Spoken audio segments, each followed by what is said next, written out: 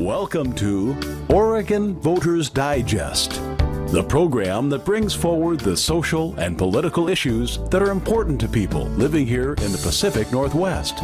And now, your host, Bruce Broussard.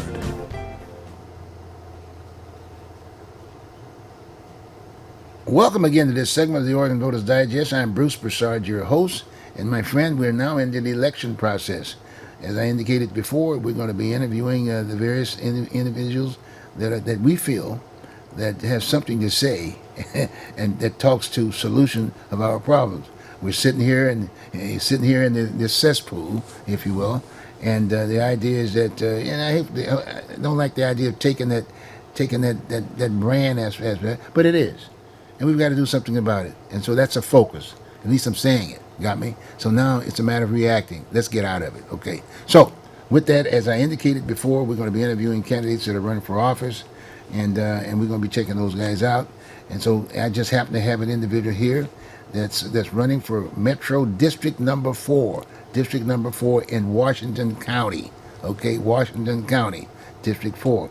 And so that's going to be very interesting. And they're outside, if you will, of the swamp in this area, but it has an impact on what they're all about, and that's why I want to do it. And so hopefully we can get the kind of discussion that will focus your attention, if you will, to the issues of what that we're having here, and at the same time talking to the resulting. What can we do to resolve some of the problems and get on base to a very productive area again? Okay, with that, I've got James Ball, and that's James B. Ball, right? A Ball. James A. Ball. Yes, A. Ball. I like that. James A. Ball. I like that piece aspect of it. But James is here, and what I'm going to do, I'm going to quit mine, and I'm just let James start, because we have sort of a similar background. I'm really excited about James. Go on, James. So it's going good. Thank you for having me. This has been a treat. I just witnessed the last episode and very interesting conversation you had with those folks. So doing good work there. So yeah, just a little bit about me. Yes. Born and raised in Oregon. Went to college here. Went to graduate school here. I spent the only time I did not live in the state of Oregon is when I was in the Army. So I know you were in the Marine Corps. So similar, but you know, a little different. You know, a little stint with the Oregon National Guard. So my piece. It's 5 years active duty, and then 3 with the Oregon National Guard. Okay, good. 3 tours in Afghanistan throughout that time. Wow. Worked in big tech out in Washington County, and now I own a small garage door company. So I've done, military service, I've done big business, and now I'm doing small business. So I've got the whole gamut of experience. Gee whiz, man. Well, we're so fortunate to have you running for office. Well, thank you. In Washington County aspect of it. And I think that's very important, because too often folks, it's sort of like a fun thing to do. It's kind of a glamorous kind of a deal, but we're not in a position to basically facilitate that kind of a mindset anymore. We need folks we got to solve problems. So in all due respect, to sit in those seats today, you have to have a resume. Yeah. You have to have a resume that talks to the issue. And by the way, that resume, if you're going to be sitting, depending upon where you're going to be sitting, has to talk to the specific issues that we're talking about. So that's where we are today, and that's why you're here, sitting here in the front of me, and I really appreciate you being here. You talk about being glamorous. I just want to tell a story. Some people, I get a lot of people come asking me, how's the campaign going, blah, blah, blah. Yeah. And running a campaign, I feel like, is very similar to running a business. You get some wins here and there, but for the most part, it's a slog. Mm-hmm. It's like, most days I went to work today. And, that's what it's like running a campaign. It's like, exactly. I did what I was supposed to do. Right. We didn't get any big endorsements. I didn't get any big checks, but, we're still out there doing our thing. Right. So it is less glamorous than it looks on the inside. So what got you to, I'm looking at the career path aspect of it, but then all of a sudden you want to get into this, get into this business. And it is a swamp. Yeah. Even though we got the largest swamp in this particular area aspect of it, but you're there. You're in another situation where people are looking for solutions. Yeah. Well, why'd you get into that? Well, this kind of comes off a little bit arrogant, but I think my ideas are better than everybody else's. Okay. Good. I see the waste and abuse going on in the government. I see our leaders not making any progress. They're just spending money, not doing anything, making the wrong choices, harming the people they're supposed to be protecting, pushing their own view on the world rather than taking input from their constituents. And I think that it can be done better. And I think that with my experience and my background that I can do better than that. And so one of the things that we kind of talked about before the show that I think really there's a lot of room for improvement is our response to homelessness. Yes. If you've been to downtown Portland recently, you have seen it firsthand. You know, I lived in downtown Portland for a little while, and having to step over needles and human feces to go walk the dog, it was a weekly occurrence. And it's beyond frustrating, and it's not good for them either. You know, I speak as a housed person who had to deal with the fallout, but the people living on the streets, it's not healthy. It's not compassionate to allow this to continue the way it is. And so in 2020, Metro passed a tax that is going to go toward homelessness services, and will generate about $250 million a year for 10 years. So $2.5 billion over 10 years. And this is another reason why I'm frustrated with our leadership, is there was no plan for it. It was, we're just going to collect this money, and it's going to go to homelessness, kind of, and we're just going to specifically to Washington County. So that's the whole metro region. So the idea was okay. that Metro would collect the money and then spread it out to the three counties, Okay. Right. Multnomah, Washington, and Clackamas. Okay. And so, first of all, based on their track record, I don't trust them to do the right thing with that money. And so now what I want to do is I want to run for Metro, and I want to be able to help direct that money in a better way. Just a good, for instance, and I know this is City of Portland versus Metro, but City of Portland in 2021 spent $117 million on homelessness services. And you want to know the impact to the number of people that were homeless in 2021? Talk to me. Nothing. Wow. Nothing. There was point in time estimates are kind of hit or miss. You can debate whether how accurate they are, but went from about 4,000 unhoused individuals to about 4,000 unhoused individuals $117 million later. So you take that same organization or comparable parallel organizations and give them $250 million. I'm not convinced that they're going to do any better than they did with the $117 million. So a plan that has been kicked around for a little while, and Sam Adams, who is a staffer to another mayor. Yes, former mayor Sam Adams, but now we've got 6 mayors now. Right. Now he's working for the mayor's office. Has kind of popularized a plan of having a kind of mega shelter. Okay. And he's talking about 1,000 beds. And the idea being you create this shelter, put the beds in it, and then you start moving people off the street. And once you get them there, you can deal with them on an individual basis, because homelessness is fundamentally an individual problem, and so you get these people in a place where they are safe, where they're warm, where they're fed, where they have access to hygiene, and then you have all the services that are needed, whether that's addiction or mental health or housing or job skills training or any of the other things that they might need. And you work on them on an individual basis and figure out what they need to reintegrate into society, and you help them get those things. For some people, all they're going to need is a little helping hand and get put into affordable housing. For others with severe addiction issues, with a criminal history, with addiction, mental health, all of these problems, they need more than just a roof over their heads. They need some serious support before they're able to get reintegrated into society. And some people probably will never be reintegrated into society, and we need to, figure out how to help those people as well.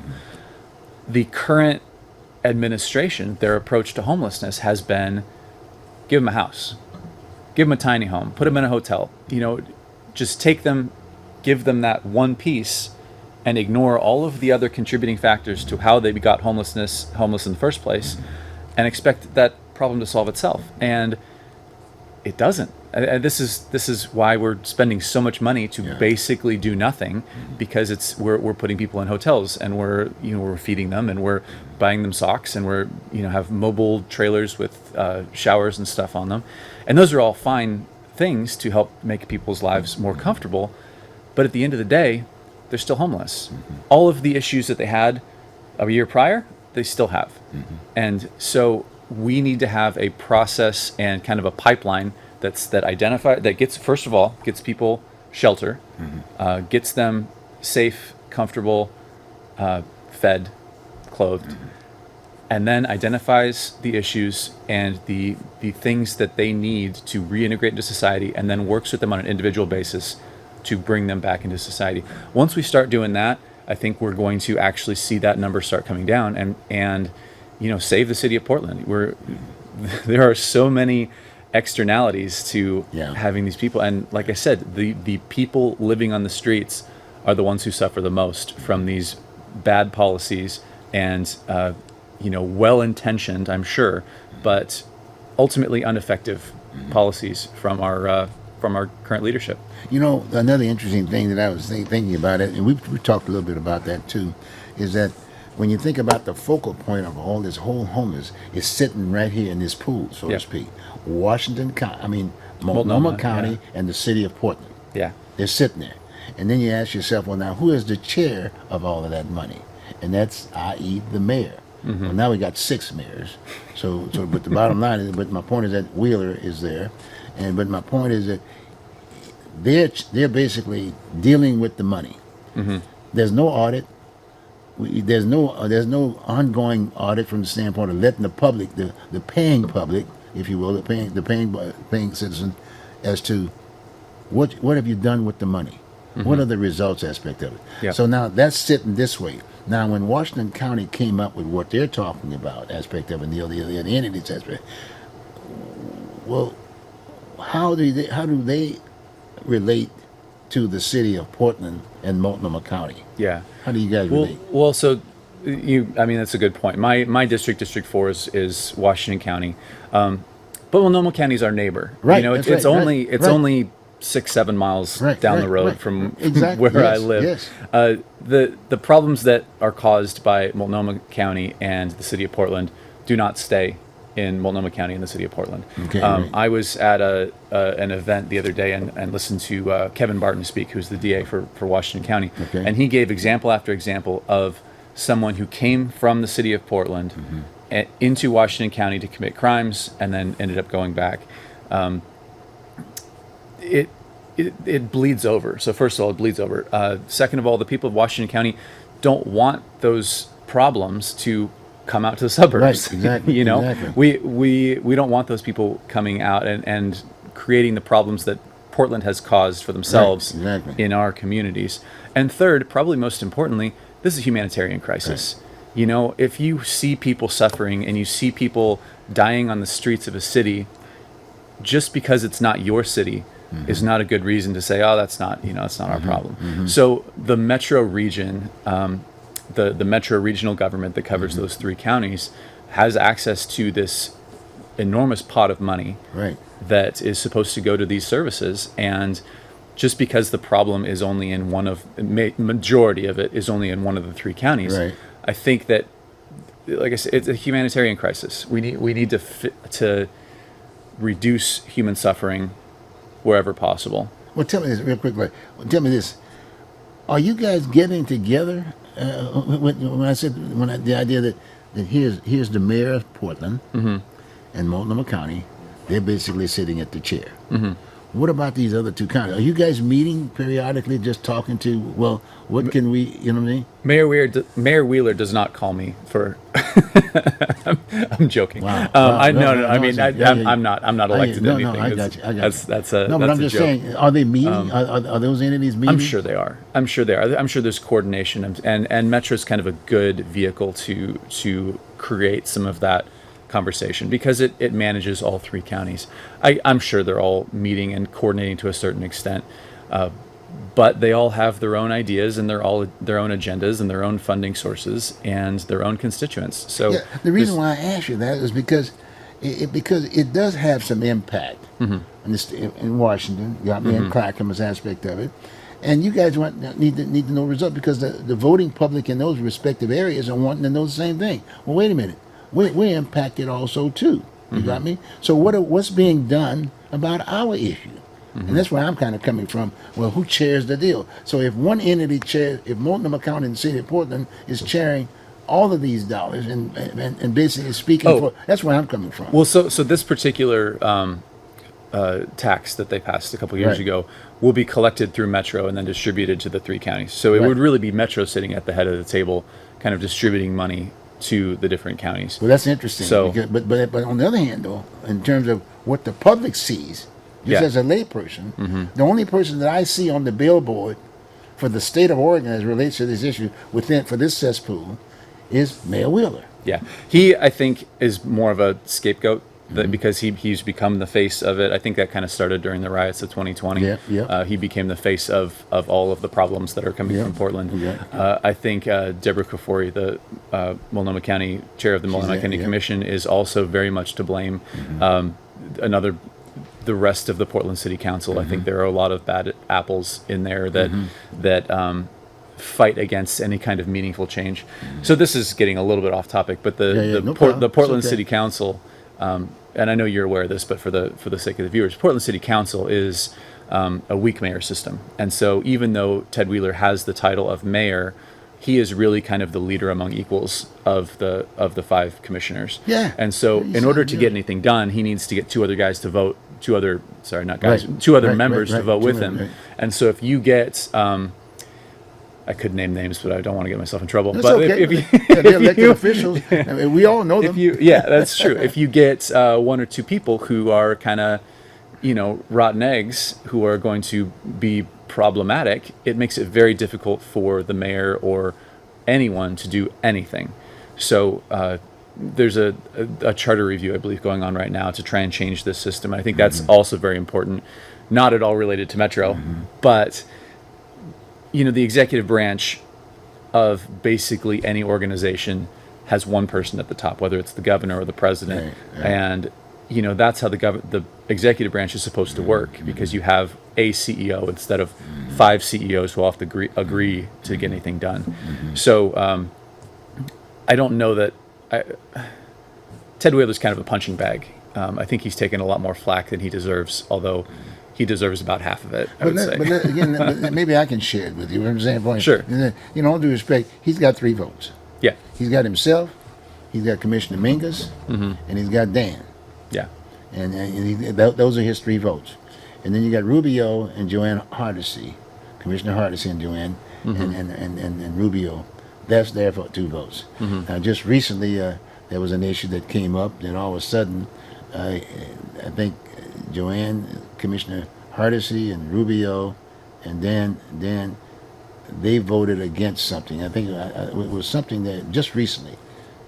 I'm not sure. Yeah, I'm not familiar with what you're talking something. about. It'll come to mind. It'll come Okay, to mind. okay. But my point is that you're right. He's got his 3 votes, but at the same time, he's kind of like the leading guy, because he Yeah. basically appoints the bureaus. He appoints them all. That's true. But it still has an impact on this whole deal, because when I look at the public safety aspect of it, I think about the whole issue with that piece aspect of it. You think about the commissioner, police commissioner, and I'm just being straight up with what we were told and shown up front when Hardesty ran for office against Loretta Smith. She had involvement with police here within the Portland metropolitan area, okay? Because she was working for the ministers, if you will, aspect. So she had that background, and she is the only one that was there that had background. Wheeler didn't have any, the rest of the guys didn't have it. So the name of the game is that, look, they would have been a natural piece to put her in there as a police commissioner, and then that would have forced, if you will, a communication with Darrell Turner, who was the president of the union. Because she was already dealing with Darrell Turner over here when she wasn't an elected official. Right. So it's just that was her brand. Yeah. But he kept it. And so my point is, so then all of a sudden now there she's reaching out like anything else. She's got to deal with bureaus, areas that all the rest of them have they're all OJTing, on the job training on all these bureaus. Those bureau chiefs knows the job. But they don't go around volunteering. They stay out of the politics aspect of it. So we're caught with that situation aspect of it. Yep. But so that's the problem. And he still has the situation to shift these jobs whenever he wants to. I'm talking about Wheeler, Sure. Mayor Yeah. Wheeler aspect Yeah. of it. Yeah. And that's a problem. And then you got, and then I hate to take this, but I'm just throwing this onto the table. Sure. I'm glad to have you here. Yeah. And the other point is that he's got a billboard out there, and that billboard is all over this country. Yeah. I mean, you can turn on YouTube right now for national news, and they will mention Portland, Oregon. And whenever I turn it on, I see his face. Yep. And I was just thinking, so he sits back now. He's got his 3 votes. So he sits back and he just kind of plays chess with the rest of them, aspect of it. But he still is the decision maker Yeah. as to who gets appointed to whatever. As if to say, I don't want to solve this problem at all. And that's why I get very upset about this whole piece. We've got to solve this problem. That's why it's still a swamp and it's a cesspool, and we need to do something. That's why you're so important. I think the tide is turning. I read something recently that all 5 of them, their approval ratings, they were in the teens. So the city of Portland is not happy with the way that the city is being managed, and they're taking it out on all 5 of those commissioners. So to the point from earlier, this is kind of our next door neighbor for the the people that I'm running, that I'm trying to represent, and what they do affects us in Washington County. Maybe not directly, but the crime comes over, the homelessness comes over, and just trying to take a hardline stand of just like kicking them back over to Multnomah County when they come over, like that's not sustainable, and it's not helpful. So it's a problem that needs to get solved, and I think that all 3 counties need to work together to solve it. So as much as I kind of was not a real big fan of the tax when it was passed or when it was on the ballot, it passed, and so now we've got all this money coming in, and it's really important to make sure that money is going to the right places and is going to actually help people. And I said it before, I don't trust the existing, our current leadership to do it. I got you. But like you said, the problem is sitting right here. Yep. Here in this pool right here, right? Got me? And so I'm just saying they've got to be communicating with these entities with that money. And then and like you, I'm agreeing. So they're going to put some of that money in this other pool, in the Portland metropolitan area piece aspect of it. And so he says, so then what are the results of that particular money? So now let's get back at talking to that whole piece. Let's talk about the Sam Adams concept. Yeah. Yeah, the structure as we look at this piece, he had the National Guard in there. He talked about the National Guard. Now, if the National Guard, when I first saw that plan, I thought about the idea: what happens when we have an earthquake? Who's called out first? The state militia, which is the National Guard. Yeah. They pick them up, and they take them to a location. And doing that, and then they make an assessment: who's out, who, blah blah, who their needs, and this, that, and the other aspect of it. That makes a lot of sense. Yeah. And for security reasons, in all cases, these folks will go to the site itself, and they will basically supervise and all that other good stuff, and basically guard and public safety and all that other good stuff. They're there. Yeah. Nobody says anything. Right. They arrest the people who they pick up, and they send them to jail. You got me? And then those folks basically, we got a system. They go to jail, and then they get sort of called rehabbed, if you will. Right? Got me? And when they're in there, in all due respect, they're basically, it's a controlled kind of an environment aspect of it, right? They have to be clean and all this, their mental illness and whatever. They basically they take care of it. That's a complete system. Yeah.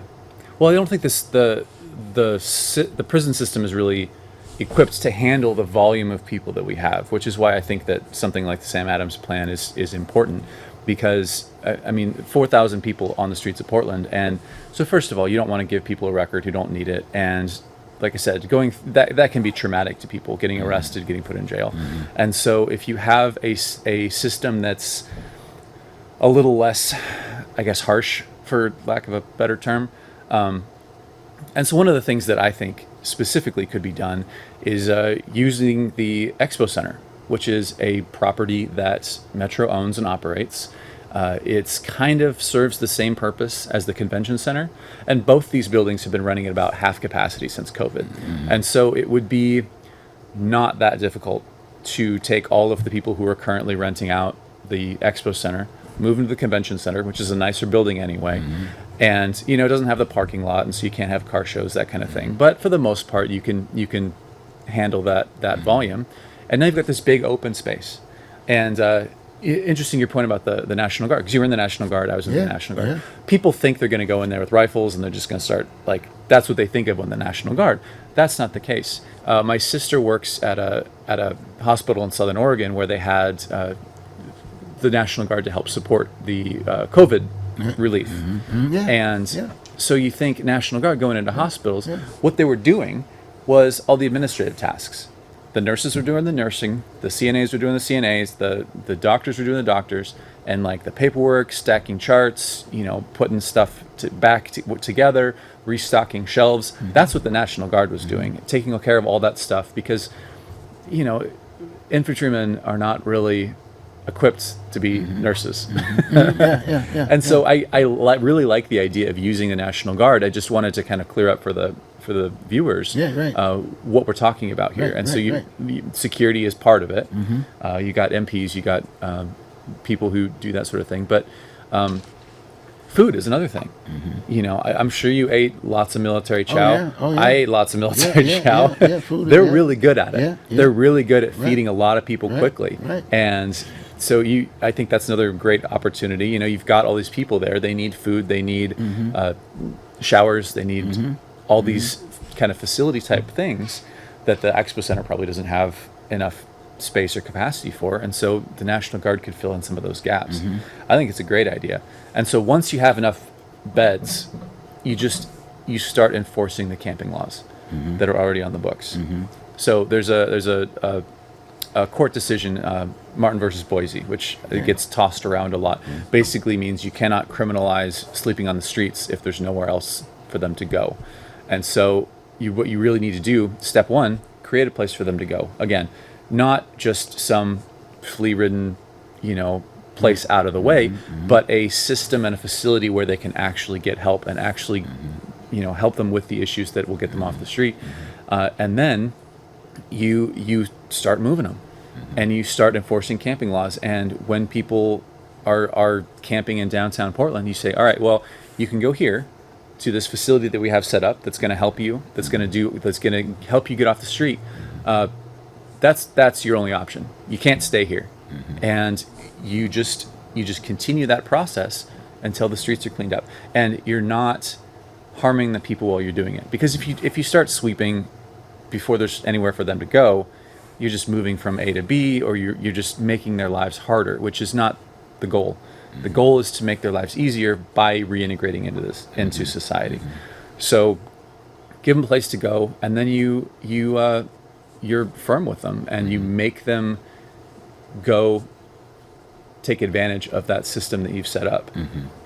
Or the people who are really intent on not taking advantage of this of what's available, they're going to leave. They're going to leave town. Okay. Because now your point there. That should not be the goal. The goal is not to kick them out of Portland, but there will be some people who decline. Yeah, right. And so, but see, I still go back to that same point about if we had an earthquake today. Yeah. The governor would call, the National Guard would come in and take care of the whole process. They would talk to hospitals and this, that, but they would coordinate the whole deal. Right? One deal. And they've got a chain of command that basically says, this is what we will do in this situation. And we're not talking about 1,000 people or 10,000. We're talking about hundreds of thousands of people, right? Yeah. You got me? Over And they a million. coordinate that whole deal, aspect of it. So, and then when you think about the Guard, I mean, it's a city within itself. yeah. I mean, they got doctors, they got lawyers, they got the whole 9 yards, when you vet this, that, and the other. So, but my point is that what we're doing now is just taking little pieces of it and saying, what about this and what about this? No, that's the system works. Yeah. Just allow it to work. Because when you start thinking about it's as if to say, okay, fine, we got the first off, I don't believe the numbers. Okay. I don't believe the numbers. You see? So I'm just saying, so where do we get the numbers from? The same people who are getting all that money are justifying, i.e., the money, by saying, here's the number. Yeah. In fact, we just picked up another 1,000 or so more. Now we're going to add that. I need more money. Yeah. But that's not the way the Guard works. Think about that when the earthquake. They solved that problem. Like I said, I think there's two major problems with the way we're addressing homelessness. One is assuming that housing is the only problem that needs fixing, and if we just put people in housing, then it'll fix them. The other thing I think is the funding mechanism. To your exact point, you've got these agencies who are funded based on the number of people they help, and by help they mean come in the door, receive services, and go out the door. And so I don't believe that these agencies came into existence with the idea of perpetuating the system of homelessness. But you got to think in the back of their mind, they're like, if we're seeing 4,000 people a year, and next year we're seeing 2,000 people, that's half our budget. We lose half our money. I got to lay off staff. People, I can't afford all these people. You got to think that's in the back of their mind somewhere. And so we need a system that doesn't rely on those kind of negative incentives to fund the people who are supposed to be helping. Like I said, it needs to be a pipeline. It needs to be in stages, and at the end of that, you are out in the world, getting a job, finding a place to live, reintegrating into society. We can't just keep, like you said, picking at the edges. Somebody has to. I mean, one of the other problems that there's so many problems with this is all these different agencies are scattered all around the country or around the city, and so you have these people who are addicted to drugs, who are on the street, who are having difficulty just existing in society, and you tell them, "Hey, come back next Tuesday at 10 o'clock in the morning for your appointment." Oh, and then by the way, at noon you've got another appointment on the other side of town, and they're expected to kind of follow through with these when they're having difficulty with just bare necessities, and it just doesn't work. You don't get out of that situation of mental health, addiction, etc. when you're only going to your appointments sporadically. But when you're living on the streets, it's just difficult.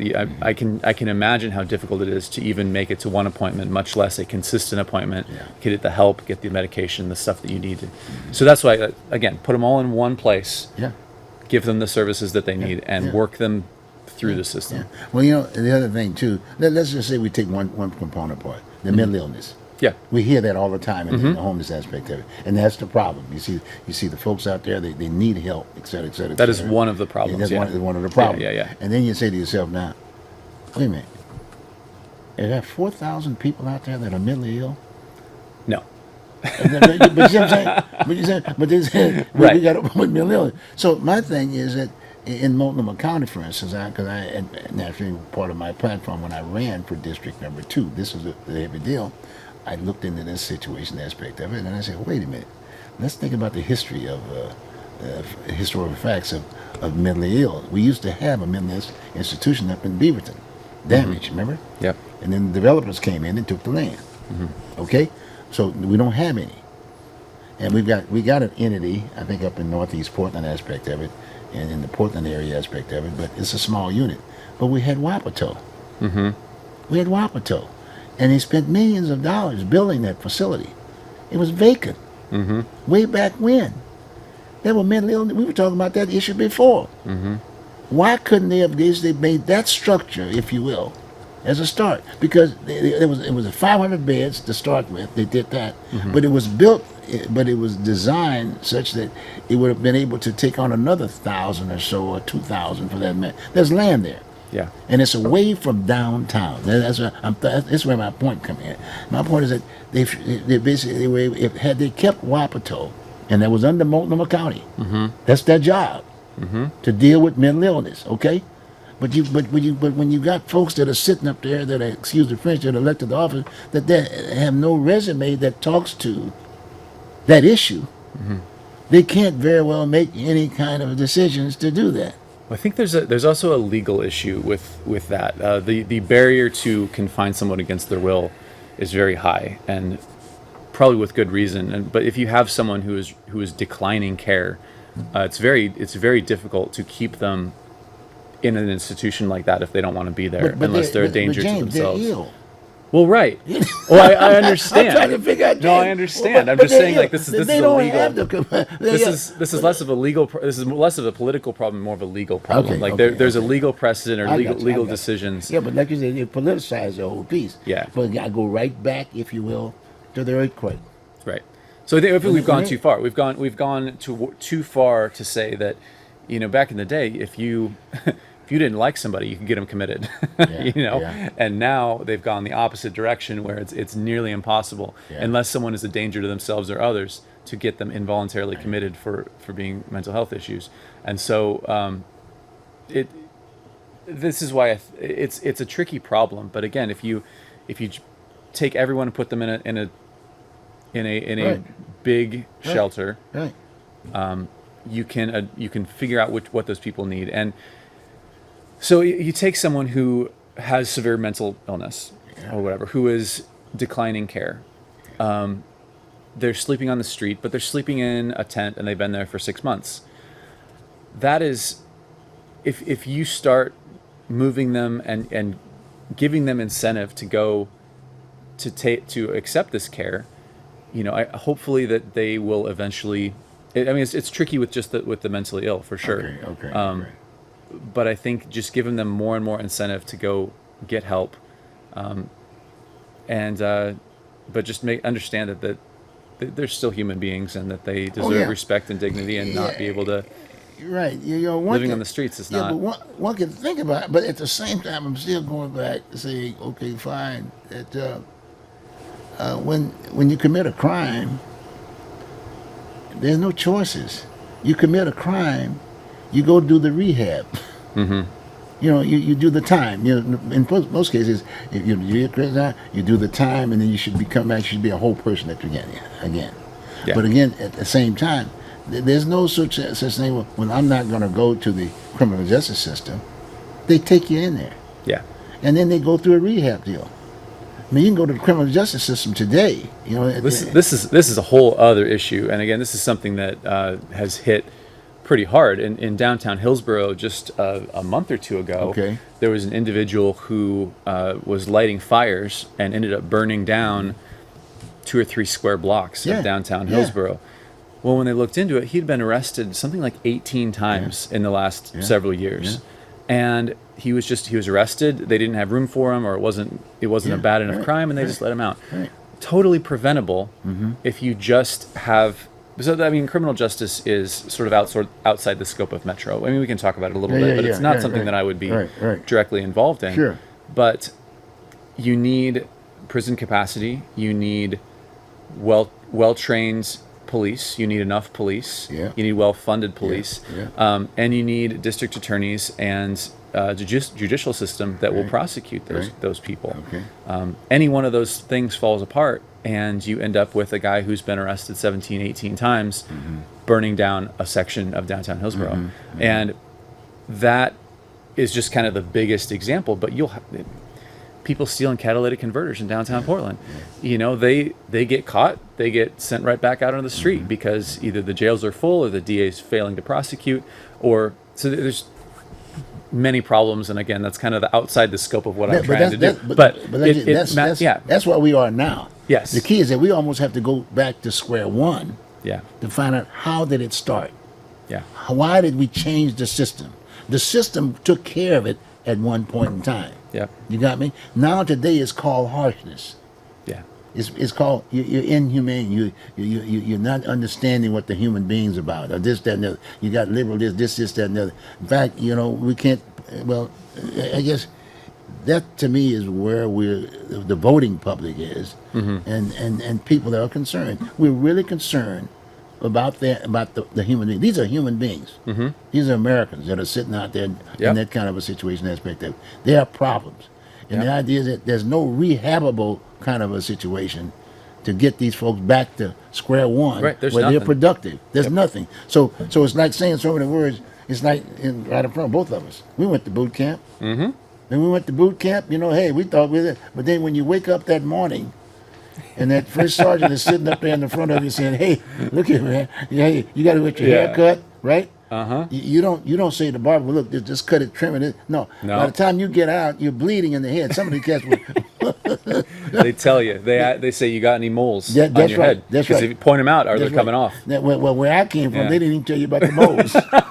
You were a different era. You were in there before I was. Yeah. Yeah. I mean, it was bleeding all over the darn place. Oh. So my point is, but at the end of the day, after we graduated, we were there. Yeah. We were employable. We had a job. Yeah. We had a job, and we understood. We understood. Well. You know what I'm saying. At the end of that day, you were somebody. You got me. You were a contributor aspect of it. But today, and it's unfortunate, they're missing the system. Yeah. Folks are benefiting financially for them being just where they are. It just really tears me up when I'm driving down the freeway or whatever, and I'm seeing a gentleman in a tent with trash all over the place, Yeah. and he's drunk or whatever, this, that, and the other, and I'm sitting there saying, and people just driving along and just the heck with it. That bothers me. Yeah. So I'm just saying, hey, first off, why are they downtown? They can't buy anything. Yeah. So if you can't buy anything, but guess what? I've got to have money to go get something at McDonald's or whatever. So guess what? James, you got a car. You just got out of your car. And I'm going to get this brick right here, and I'm just going to burst the window. Yeah. I'm going to get that catalytic converter, Yeah. and I'm going to go to a local merchant. He's going to give me X number of dollars, maybe half of what it's worth, or Yep. 30 or whatever. And he does that continuously. Yep. They don't have the capacity to do anything. Mm-hmm. And then you've got these entities, and I'm not trying to be harsh, but we got to get down to the meat of the matter. They've got these facilities that feeds them, Yep. and they feed them. They give them a box of food. They take it outside, eat it, and then throw the trash on the ground. Yep. And then all of a sudden, that's why we got all the trash running around. You would think we had a system before that happened. It needs to be a cohesive system. You can't have all these different little individual entities trying to do all these different things. It all needs to be in one place and all needs to be coordinated at one level. We're approaching homelessness exactly the wrong way, and it needs to change. And I think you got an interesting background. I mean, I'm really all due respect. We're sort of like a cookie cutter. We basically went through that same process. Yeah. We all went through boot camp. You had a job. You got me. Yep. And after you did your cycle aspect of it, it was all complete.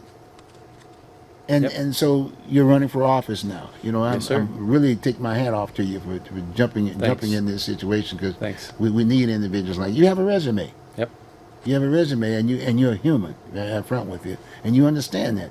Yeah. It's not about just stomping on people or just blowing away. Even if you have a weapon or whatever, we were trained to understand what a weapon was all about and what it was for. Right? Yep. You got me? It wasn't just something like we're doing today. And I would say that the folks that are out there, in all due respect, that are doing all the shooting, whatever, I can guarantee you they weren't prime military. And I don't want not prime military. And if there was a situation like that, you know, you might see guys and all these joining different organizations like the what I'm thinking about, the NRA and all that, different this group over here playing military, with the painting and all this other. But that's just part of a kind of a relationship. That's a different ball game. Yeah. But I'm still saying we have a system that was there. Yeah. And now what we've done, we've politicized it. We've destroyed it. We've destroyed the system. We got to get, and it's not too late. We can still go on. I mean, the mere fact that you're run for office, and the mere fact we're doing a show, you know what I'm saying? You got me. And it's important that the public understand where we are. We're all caring. I'm caring. Mm-hmm. And I'm not trying to be harsh. I'm just talking about the reality of it all. Just like we're talking about with reference to the Portland City Council aspect of it. Yeah. In all due respect, the folks are lacking the resumes. Straight up. And so consequently, they're OJTing while they're trying to solve the problem. It's not an OJT position to sit in to solve the problem. Right. You've got to have the resume Yep. before you get into the seat. Yep. That's the but a lot of times they try to play the game. Well, gee, where's you, Bruce? You this, that, and the other. No, You've got to have a resume. Well, I got your resume right here. You've got it. You've got the resume. I appreciate all the work you've done throughout the last decades of public service. But imagine, I appreciate that. But imagine with the career aspect of it. We talked a little bit about that in terms of how I got that whole peace aspect of it. But the point, I guess the point I'm making is that I'm not trying to say I'm better than anybody else and whatever. You know what I mean? It's just that at least I've been acquainted to some of the areas. Yeah. I'm acquainted to it. At least I have some knowledge of what's going on. Right. So those are the kinds of entities that we need. And in all respect, when I look at your resume, it's comparable. If I had my way right now today, I'd renegotiate put it back on place, the draft. And that would pick up a lot of the little young folks that they have nowhere to go. Just like we just talked about the show that I did the other day. These folks are trying to basically reach out to those individuals and get them basic education stuff, blue collar stuff. I think a lot of people would benefit from military service. I think it's huge. People you're talking to, either the trades, military service, Yes. all these things would benefit a lot of We young did. people. Yeah, We did. Yep. But we use that as a base. Yep. You got my point? And once you're out, you've got that base, and you can go on to do other. You got other your things. resume. Exactly. You got your resume. Well, one of the other things I kind of wanted to talk about, Go on. if you don't mind pivoting away from Go homelessness. on. We got it. We got about another 10, 15 minutes. Metro does a lot of planning, Right, as far as housing, transportation, land use, that sort of thing. I got a card here from your friend that just stopped in here about some of this stuff. I think one of the differences between me and one of the other differences between me and the current establishment is the way that we view transportation. A lot of the current establishment wants to push people toward biking, walking, public transit away from cars. And they use a climate change as kind of the basis for that decision. I kind of have an opposite approach.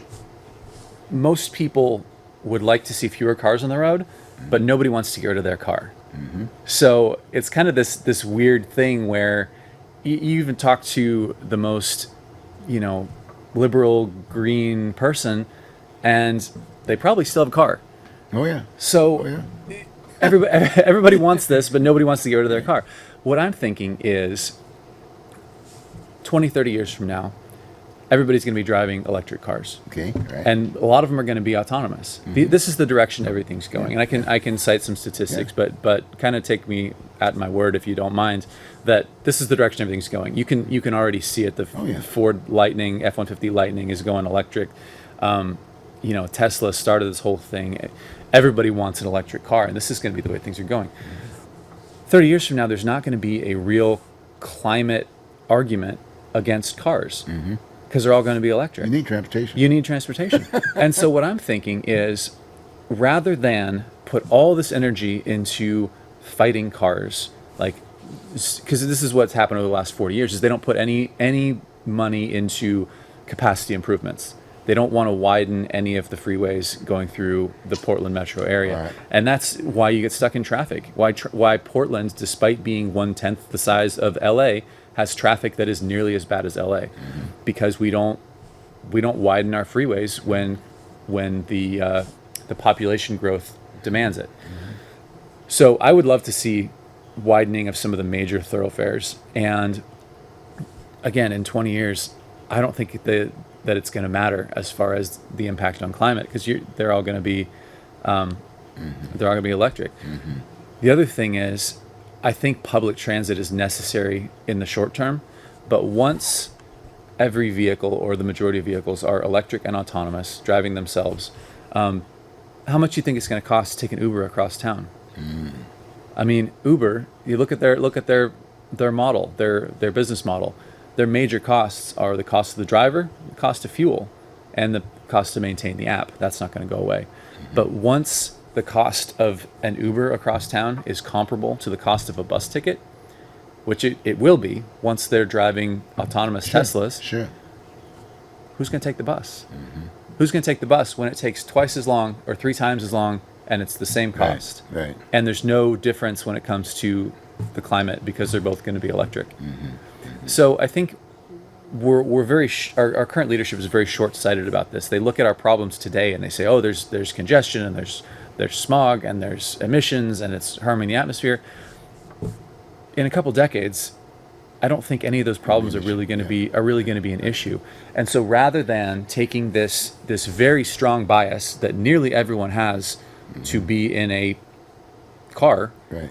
and trying to stop it and trying to go on these, you drive around Portland, you get these road diets, they call them, when they take a 2-lane road and they cut it down to 1 and make a 12-foot wide bike lane. Right. They've been doing, so that's more PBOT issue, not Metro, but they're taking away car capacity. Right. I think that's the totally wrong approach. I think we need to increase car capacity, and if anything, increase it on the freeways. Because if you're concerned about driving through neighborhoods, about running into pedestrians, about car crashes, that's another thing, is that pedestrian deaths have increased sharply in the last couple of years from car deaths, people running into pedestrians. And if you want to reduce that, get the cars out of the neighborhoods, put them on the freeways. You know, if the freeways are congestion free, that's where everybody's going to be. That's where all the cars are going to be. And you're only coming off the freeway except to get into your neighborhood or go where you're going. You reduce the traffic on the places where people are living and people are existing by putting the cars on their own area.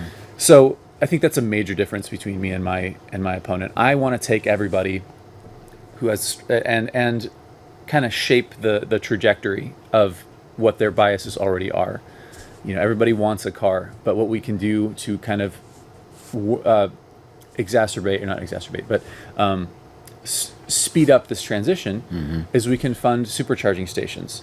If we have supercharging stations that are as common as gas stations, it will help that transition go along, because that's one of the big problems right now is being able to charge your electric car. You have to like look for places. If you don't have a place at your house where you can charge it, you need to go find something. It's a pain in the neck. It's one more step. Whereas you just normally, if you're in a gasoline vehicle, there's a gasoline station on every corner. You just pull over and fill up. So battery tech is already advancing. I don't know that that's really we don't need to do anything on that front, not from a policy standpoint. It's already happening. They're already making leaps and bounds that will allow you to charge your vehicle in minutes as opposed to hours. Already happening. And so I see the writing on the wall, and what I want to do is push us in that direction, and in the direction that we're already going, for where government, rather than trying to impose our own view on the world, sees where the world's going and kind of guides the river, rather than trying to dam the river and turn it around. So I'll have to call him up and talk to him about some of these issues, because I think it's interesting. We might have a lot to talk about. Yeah, he's got quite a background. I mean, he's in all these sessions. He's been in a lot of this stuff for years, and so he's got some real good ideas and some thoughts. You'd appreciate those conversations. So I think the only other thing worth mentioning besides homelessness and transit is we got a housing problem, a housing shortage in the region, and I think a lot of that is because of all the taxes, fines, fees, regulation, red tape that is implemented by our city leaders, and probably well-intentioned, but at the same time, like if you're trying to develop land for people to build houses for people to live in, and you got to wait 9 months for a permit that costs you $20,000 just to apply, you're not going to do it. There's a war on ADUs, additional dwelling units, that they have to be so far away from the street. There's a huge process for that as well. I mean, what better way to improve our housing supply than allow people to build a small unit on their existing property? You know, we want to use tiny homes as an example for solving homelessness, but we won't let people build a tiny home on their own property. It's kind of insane the way that we do that. So there's many things that government can stop doing which can right, help right. our housing supply. Like maybe stop interfering with home ownership. See, Yes. we're a country in a world of home ownership, and what do you do about that in it? You work your heart, you work your life out just to get a home. Okay, and then yet and still they're throwing folks out there. A lot of those folks who are homeless or that have lost their homes. So where are their incentives? And that's my. Some people that's what they need is they need just a kind of a helping hand to That's get right, back into that's the right, into that's the right. si- and That's right. But you can't treat those people the same way as you treat somebody who No. has all these other issues. That's right. You can't. You know, some people just need a house. That's right. Other people need a lot more than that. That's right. That's So, right. That's right. but you need to identify them. Like I said, it's fundamentally an individual issue. Yes. You need to figure out what that individual needs. You can't just take every homeless person and shove them all into the same box and say, "Oh, you need a house." Yep. Okay, we'll give you a house. Problem solved. Yep, We're yep, done. Yep. It doesn't work yep. that way. And then you say, "Where are you going to place it? Yeah. Yeah. Are they going to be able to maintain the house? Well, right. Yeah. And can they pay for it? I mean, I've already paid for mine, so then you tax me to get someone else something. Well, give me that new structure, and I'll give them let's use it. No, I'm just Yeah. I'm not trying to be facetious about it. Right, but I'm right. just saying that's where it's at. So look like we've got about another minute here now, and this has been great, man. You got to come back. I will. You gotta I be will. great. And like I Anytime. said, and for the viewing audience, as you can see, as we were going through the discussion for homeless and all these other area, I mean, the layperson just doesn't know where to go. We're in a tough situation, but we're going to solve the problem. We are. We're going to solve this problem with folks like yourself. We're going to be there sitting in that seat because you do have the background to get this thing organized after a while. Yeah. You know. Bruce, thanks a lot for having me on the show. Really This appreciate has it. been great. Okay, so to the viewing public, I just want you to know that please stick with us. That's what this is all about. We're having these discussions. I'm spending most of my time now, like I said, interviewing candidates who have some ideas in terms of solving some of our problems, and that's a very, very important aspect of it. And we're going to probably be getting. I'm going to be getting a couple of people that's going to be coming over here again, talking about public safety. That's another huge piece. I've even got some NRA folks that's going to be coming here talking about guns and this, that, and the other. Because we went through that too, remember? I mean, we had a respect, if you will, in the environment that we were in for weapons and what that was all about. A lot of times there's a continuation of it after you get out, whether you're hunting or this, that, and the other, or you get to be an enthusiast and this, that, and the other, and you want to do this and you want to shoot, and you're on the rifle range more than anything else. You know what I mean? Yeah. And everybody likes to do that kind of stuff aspect of it. But anyway, we're going to be looking at all kinds of things, and I think it's very, very important. And James, I wish you all the luck in the world, and in all this respect, and Thanks. anything I can do to support you along that line. And and by the way, I don't have any problems with we can get the other gentleman to come in and sit down here with you. We'll have a debate. Yeah, I don't think you'd have a problem with that. I don't have a problem at all. Yeah. Like you might, if you see him on the route, just tell him, say, call up Bruce down there, Call up or Bruce. go to that, just like you did. Basically, you reached out. You again. That's another reason why I'm saying that you're not just sitting there doing Right. nothing. Yeah. You're reaching out. You're trying to solve the problem, and you will be good for that position that you're talking about. Thanks. Okay. So with that, thank you very, very much, buddy. Thank you. It's been a pleasure. Yeah. Okay, good.